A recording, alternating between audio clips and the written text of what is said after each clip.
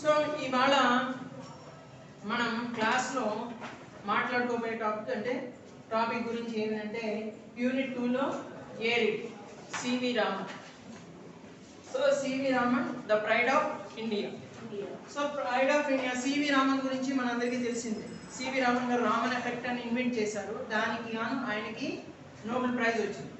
Okay, so ఇక్కడ మనకి text బుక్లో కొన్ని పిక్చర్స్ ఇచ్చారు లెసన్లోకి వెళ్ళబోయే ముందు. సో ఈ పిక్చర్స్లో ఫస్ట్ పిక్చర్ ఏంటంటే Abdul Kalam, second one C V Raman, next one Srinivas Ramanujan, third picture వచ్చి Einstein, Newton and Fleming. Okay, so వీళ్ళందరూ కొత్త కొత్త ఇన్వెన్షన్ చేసిన వాడు. Okay, so now we are going to our lesson. First one చూడండి లెసన్లో, on the busy Bow Bazaar street in Kolkata there was an old building. So కలకత్తాలో బౌ బజార్ అని ఒక ఏరియా అన్నమాట. ఆ ఏరియాలో ఒక ఓల్డ్ బిల్డింగ్ ఉంది. It was the headquarters of the Indian association of for cultivation of science. So ఆ building ఏంటంట, బిల్డింగ్ దేనికోసం అంటే ఆ బిల్డింగ్ ఏంటంటే Indian association for cultivation of science.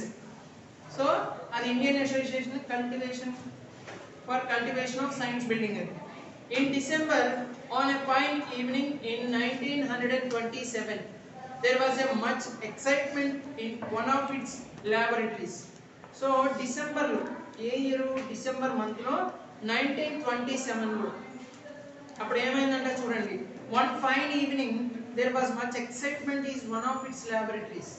So ఆ ల్యాబొరేటరీస్లో ఒక ఎక్సైట్మెంట్గా ఏదో ఒకటి అయిందని చెప్తున్నాను. చూడండి, Chandrasekhar Venkataraman was showing a visitor some of his instruments when a young man K S Krishnan rushed in and announced professor Compton has won the Nobel prize. So అప్పుడు సివి రామన్ ఏం చేస్తున్నారంటే ఒక ల్యాబ్లో ఉన్నారు వాళ్ళందరూ ల్యాబొరేటరీలో. సో అప్పుడు కెఎస్ కృష్ణన్ అనే అతను ఏం చేశారంటే ఏదో ఒక విషయం చెప్పాలని sowing a visitor some of the his instruments. So అప్పుడు రామన్ ఏం చేస్తున్నారంటే ల్యాబ్లోని విజిటర్స్కి కొన్ని చూపిస్తున్నారు. Visitors some of his instruments, ఆయన ఇన్స్ట్రుమెంట్స్ చూపిస్తున్నప్పుడు కేఎస్ కృష్ణన్ హడావిడిగా వచ్చి, రష్ అంటే హడావిడిగా పరిగెట్టుకుంటూ వచ్చి ఏం చెప్పాడంటే announced professor Compton has వోన్ the Nobel prize. So Compton అనే ప్రొఫెసర్కి నోబెల్ ప్రైజ్ వచ్చిందంట అని న్యూస్ చెప్పాడు. ఎవరు? సివి రామన్. సివి రామన్తో పాటుగా కొంతమంది విజిటర్స్ ఉన్నారు ల్యాబ్లో, ఆయన చూపిస్తున్నారు. విజిటర్స్ అంటే స్టూడెంట్స్ అనుకోవచ్చు, కొంతమంది visitors. Raman was equally delighted. So రామన్కి చాలా హ్యాపీ అనిపించింది. డిలైటెడ్ అంటే హ్యాపీ అని. Okay, delight means happy. Excellent news he said smiling at the visitor and then he was lost in thought. So but look here Krishnan, he said turning into the young man, if this Compton effect is true of X-rays it must be true of light too. Okay, so ఆయన X-rays గురించి ఒక effect, ఒక Compton effect అనే దాన్ని ఒకటి invent చేశారు. అది ట్రూవా కాదా లైట్ గురించి, లైట్ దాని గురించి. Okay, a few years earlier, కొన్ని ఇయర్స్ తర్వాత A.H. Compton had shown that the nature of X-rays changes when passed through the matter. So X-rays అనేది ఒక దాని నుంచి ఏం చేశాడు, pass through the matter. The change was dependent on the kind of matter. This effect was called the Compton effect. So ఇప్పుడు రేస్ని ఒక దాని నుంచి పంపిస్తే ఒక కలర్లో కనిపిస్తాయి. సో అలా ఒక మ్యాటర్ ద్వారా ఒక ఎక్స్రేస్ని పంపించినప్పుడు ఏమవుతుందో దాని గురించి, ఆ ఎక్స్పెరిమెంట్ గురించి కాంప్టన్ ఎఫెక్ట్ అని పేరు పెట్టారు. Could light also change its nature when passed through a transparent medium. So ఏమంటుందంట ఇక్కడ could light also change its nature when passed through a transparent medium. That was the question that Raman asked himself. So ఏమనుకుంటున్నాడంటే Raman, Compton గారు ఏం కనిపెట్టారంటే ఒక ఎక్స్రేస్ని ఒక matter ద్వారా, any object ద్వారా పంపిస్తే, ఒక కలర్ ఏదైనా ఒక ఆబ్జెక్ట్ ద్వారా పంపిస్తే అది రిఫ్లెక్ట్ అవుతుందని కనిపెట్టారు, రిఫ్లెక్షన్. సో ఇప్పుడు ఈయన ఏం చేశాడు, ఇప్పుడు లైట్ ఆల్సో, ఒక లైట్ని పంపించిన ఎక్స్రేస్ అంటే ఎక్స్రేస్ అనేది వేరేది. ఒక లైట్ని పంపించిన అది ట్రాన్స్పరెంట్ మీడియం చూపిస్తుందా చూపించదా అవతల వైపు. ఏదైనా ఒక ఆబ్జెక్ట్, ఒక లైట్, ఒక ట్రాన్స్పరెంట్ దాని మీద, ఒక ట్రాన్స్పరెంట్ ఆబ్జెక్ట్ మీద ఒక లైట్ని ప్రొజెక్ట్ చేస్తే దీని షాడో దాని అటుకల వైపు వస్తుందా రాదా, వస్తుందా అని క్వశ్చన్ వేసుకున్నాడు తనకి తను రామన్ గారు. So that was the question that Raman asked himself. For 5 years he had been doing research in optics, the science of light. So ఆయన 5 years వర్క్ చేశాడు దేని మీద, సైన్స్ ఆఫ్ లైట్ మీద. Okay, no sophisticated equipment was available in his laboratory. Sophisticated అంటే కొంచెం advanced technology, latest ఆయన ల్యాబ్లో లేవు. సోఫిస్టికేటెడ్ ఎక్విప్మెంట్ లేవు ఆయన దగ్గర, లేటెస్ట్ టెక్నాలజీకి సంబంధించి. But Raman was confident that he could find the answer with some modifications in his equipment. కానీ ఆయన దగ్గర ఎక్విప్మెంట్ లేకపోయినా ఆయన దగ్గర ఆయనకి ఒక నమ్మకం ఉంది, నేను ఎలాగైనా కనిపెడతాను, ఒక మోడిఫికేషన్ చేస్తాను, ఇందులో ఈ ఎక్స్పెరిమెంట్లో కొత్తగా కనిపెడతాను అని ఆయనకు ఒక నమ్మకం ఉంది. 4 months later, on March 16th, 1928, Raman announced his discovery of new radiation. So, అలా అనుకున్న తర్వాత ఒక 5 years చేశాడు ఆయన ఎక్స్పెరిమెంట్. చేసిన తర్వాత ఏమైందంటే ఒకసారి ఆయన ల్యాబ్లో లేవనుకున్న తర్వాత 4 months, ఒక 4 నెలల తర్వాత ఇప్పుడు మార్చ్ 16th, 1928 1928లో అనౌన్స్ చేశాడు. ఏంటి ఆయన ఏదైనా ఆయన invention, his discovery of new radiation. New radiation అంటే ఇక్కడ ఇచ్చారు చూడండి మీకు, describing the behaviour of a beam of light passing through a liquid chemical. Okay, ఒక లిక్విడ్ కెమికల్ ద్వారా ఒక లైట్ ని పంపించారు to an assembly of scientist at Bengaluru, now called Bengaluru. So ఎక్కడ జరిగిందంటే ఇదంతా అంటే బెంగళూరులో జరిగింది. ఒకప్పుడు బెంగళూరు అన్నారు, ఇప్పుడు బెంగళూరు అన్నారు. సో బెంగళూరులో ఆయన ల్యాబ్లో జరిగిన ఎక్స్పెరిమెంట్. సో ఇక్కడ the world hailed the discovery as the Raman effect. So దానికి ఏమని ఏం చేశారంటే రామన్ ఎఫెక్ట్ అని పిలిచారు. For scientific research in this country it was the red letter day. Red letter day అంటే గుర్తుపెట్టుకోండి, రెడ్ లెటర్ డే అంటే ఇంపార్టెంట్ డే. ఓకేనా, an important day. His discovery caught the attention of the world. With the equipment worth hardly 200 and limited facilities, Raman was able to make a discovery which won him the Nobel Prize in Physics in 1930. So, ఏం కనిపెట్టారంటే beam of light passing through the liquid chemical. ఒక liquid chemical నుంచి ఒక beam of ఒక light ని project చేశారు. ఆయనకి ఏంటి కనిపెట్టడం ఏంటంటే ఒక లైట్ ని పంపిస్తే ఆబ్జెక్ట్ నుంచి, అంటే ఒక మ్యాటర్ ఆబ్జెక్ట్ అనుకోండి, ఆ లైట్ ని పంపిస్తే ఏమవుతుందంటే దానికి రిఫ్లెక్ట్ అవుతుందా లేదా అనే దాని గురించి ఆయన ఎక్స్పెరిమెంట్ చేశారు. సో అది సక్సెస్ అయింది. సో ఈయన దగ్గర లేటెస్ట్ ఎక్విప్మెంట్ లేకపోయినా సరే,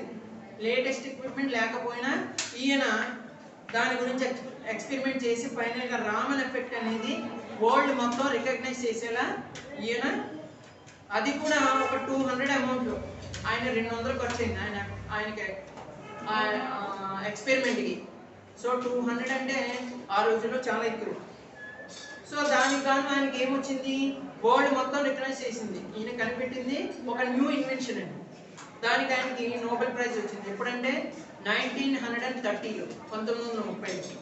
Raman was born on November 7, 1888 at Tiruchirappalli in Tamil Nadu. So Raman ఎప్పుడు పుట్టారంటే C V Raman November 7th, November 7వ తారీఖు 1888వ సంవత్సరంలో పుట్టారు. ఎక్కడ, తిరుచిరాపల్లిలో, తమిళనాడులో. His father was a college physics teacher. వాళ్ళ ఫాదర్ ఎవరు, కాలేజ్ ఫిజిక్స్ టీచర్. సో అందుకే ఈయనకి సైన్స్ అంటే అంత ఇంట్రెస్ట్ వచ్చింది, సైన్స్లో ఎక్స్పెరిమెంట్ చేశారు. He was a brilliant student right from the start. So ఈయన స్టార్టింగ్ నుంచి కూడా బ్రిలియంట్ స్టూడెంటే. Okay, when Raman passed his matriculation, his parents were keen to send him abroad for higher studies. So ఏమైందంట, ఈయన matriculation complete చేశారు. Matriculation అంటే అప్పటి వరకు SSLC అంటారు, 10th క్లాస్ కింద లెక్కేసుకోండి. ఓకేనా. అది కంప్లీట్ చేసిన తర్వాత హైయర్ స్టడీస్కి, అప్పట్లో మనకి హైయర్ స్టడీస్ లేవు ఇక్కడ. ఇప్పుడు 1888లో పుట్టారు ఆయన, 1930లో ఆయనకి నోబెల్ ప్రైజ్ వచ్చింది. సో ఈ మధ్యన హైయర్ స్టడీస్ చేయడానికి మనకి అంత ఫెసిలిటీస్ లేవు ఇండియాలో. సో ఈయన అబ్రాడ్ వెళ్దాం అనుకున్నాను. సో కీన్ అంటే రిలేటివ్స్ అని, but parents were keen to send him abroad for higher studies. So ఆయన ఇంట్రెస్ట్ చూసి ఈయనకి అబ్రాడ్ పంపించామనుకున్నాను. But on the medical grounds a British surgeon advised them against it, and Raman stayed in the country to do the MA course at Presidency College in Madras, now called Chennai.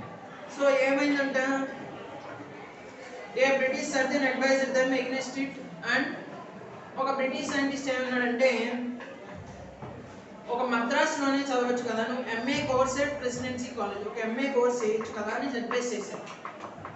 Science had already made an impressions on him, and he had begun to write research papers for science journals. So ఆయన MA చేస్తూనే presidency కాలేజీలో చదివారు.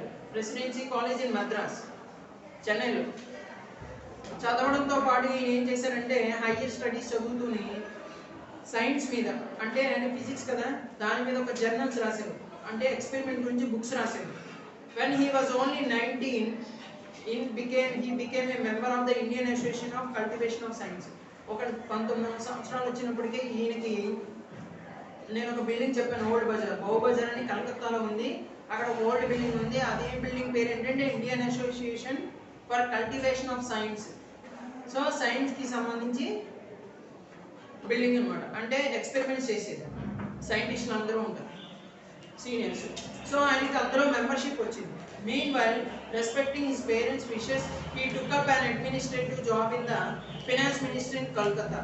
So ఏమైంది, ఈయనకి finance ministry in Calcutta, so అక్కడ ఒక job అనేది వచ్చింది.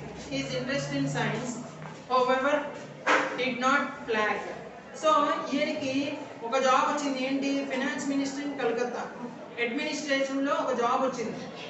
అంటే ఆర్థిక శాఖ అంటాం కదా, ఇండియా ఒక ఆర్థిక శాఖలో ఒక జాబ్ వచ్చింది. కాకపోతే ఆయనకి ఇంట్రెస్ట్ లేదు అందులో, ఈయనకి ఎదురు ఇంట్రెస్ట్ సైన్స్ అంటేనే ఇంట్రెస్ట్. సో దాన్ని వదిలేశాడు. He used to spend his hours after office in the lab of association working throughout the night. So ఈయన ఏం చేశారంటే, ఎప్పుడు ల్యాబ్లో వచ్చేసారు. ఇంకా మెంబర్షిప్ వచ్చింది కదా, ఎక్కడ, Indian association for cultivation of science. So ఆ బిల్డింగ్లో ఉంటూ నైట్ టైం వరకు, ఎవరైతే మార్నింగ్ నుంచి ఈవినింగ్ వరకు చేస్తారు, ఈయన నైట్ టైం వరకు చాలా వరకు ఎక్స్పెరిమెంట్స్ చేస్తూనే ఉండేవాడు, చాలా కొన్ని గంటలు. In his youth, Raman was mainly interested in acoustics, the science of sound. He studied now stringed instruments like the violin and sitar could produce humorous music. So ఈయన ఏం చేశాడంటే, ఈయన ఓన్లీ సైన్సే కాదు, ఒక మ్యూజిక్లో కూడా ఈయన బాగా ఇంట్రెస్ట్ చూపించారు. He was elected to the Royal Society of London in 1924, and British government made him a Knight of the British Empire in 1929. ఈయనకి 1924లో రాయల్ సొసైటీ ఆఫ్ లండన్ వాళ్ళు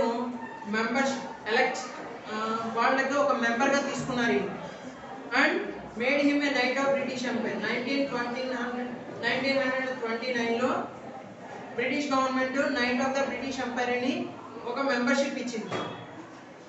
it was a high honour for any great scientist. So royal society of London అనేది సైంటిస్ట్కి ఒక big achievement లాంటిది, అర్థమైందా? So వాళ్ళకి అందరూ మెంబర్షిప్ వస్తే